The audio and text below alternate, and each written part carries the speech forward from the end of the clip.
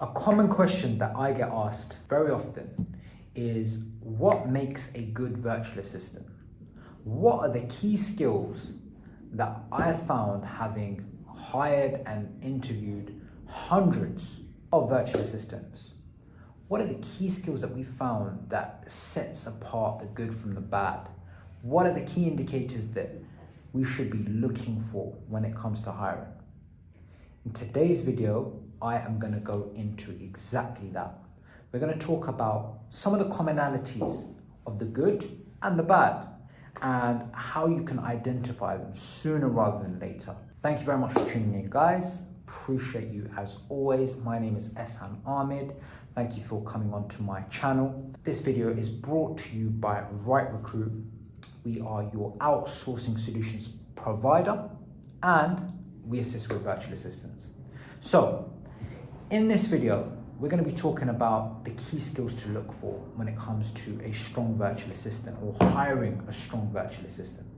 So one of the key things that I pick up on straight away is communication.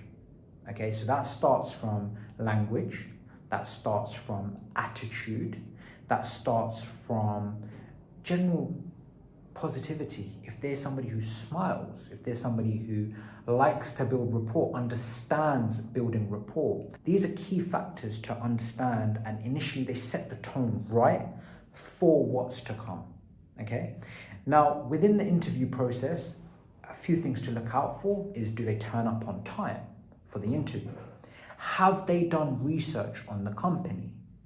Have they done research on the role? Are they interviewing for other roles?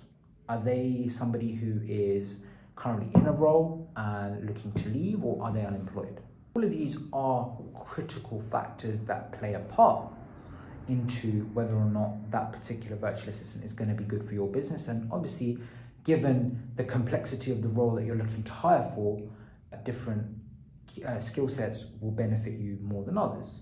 Now, aside from the communication within the interview process, you've had a great interview with them, you're happy that they communicate quite well. Outside of that, it's very important to analyze their actual skill set in terms of tech. So are they somebody who is comfortable with working on cloud-based software like Google Workspace or the Microsoft equivalent? Are they somebody who is comfortable and has the space and room in their property or their house to be set up to work as a virtual assistant, or do they have a lot of distractions around? And I find that one key determinant of that is, for example, if you interview them, and if somebody's interviewing on a mobile and somebody's interviewing on a laptop, I feel like somebody who's on a laptop is way more prepared. Just a general thought. It's not fact, but that's what we found. Yeah, so like I said, if they are somebody who is efficient and proficient in Google Workspace, that's something that's going to hopefully allow you as a business, if you don't already adopt that within it, to adopt it. But more importantly, if you have it, it's something that's very easy to integrate within. The next thing that we should be looking at is time management. So what is the time management of your assistant? Is it something that is, they're punctual on time, punctual to arrive, punctual to come back from lunch? And are they accessible outside of work hours when you need them to be? Or do you find that when they're contacted outside of work hours, you're never able to get hold of them, they respond late, which is fine, that it's outside of work hours. But again, that is a key determining factor. Who's willing to go above and beyond? Who's willing to take a longer term approach rather than somebody who's just looking at a quick buck? That brings me on to my next key skill that I look for, and that is somebody with long-term thinking.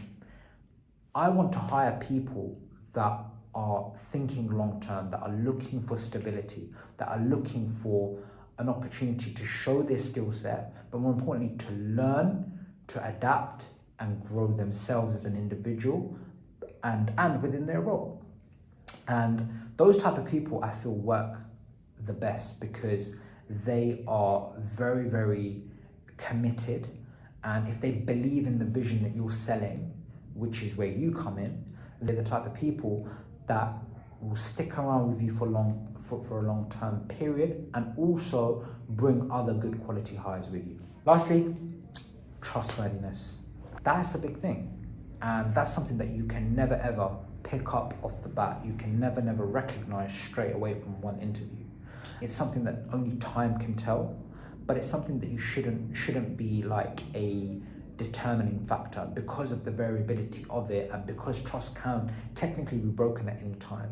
So just make sure that everything else that we've mentioned above is taken care of, and then everything else in terms of trustworthiness, the only real trust that you're giving them, trust builds up over a period of time.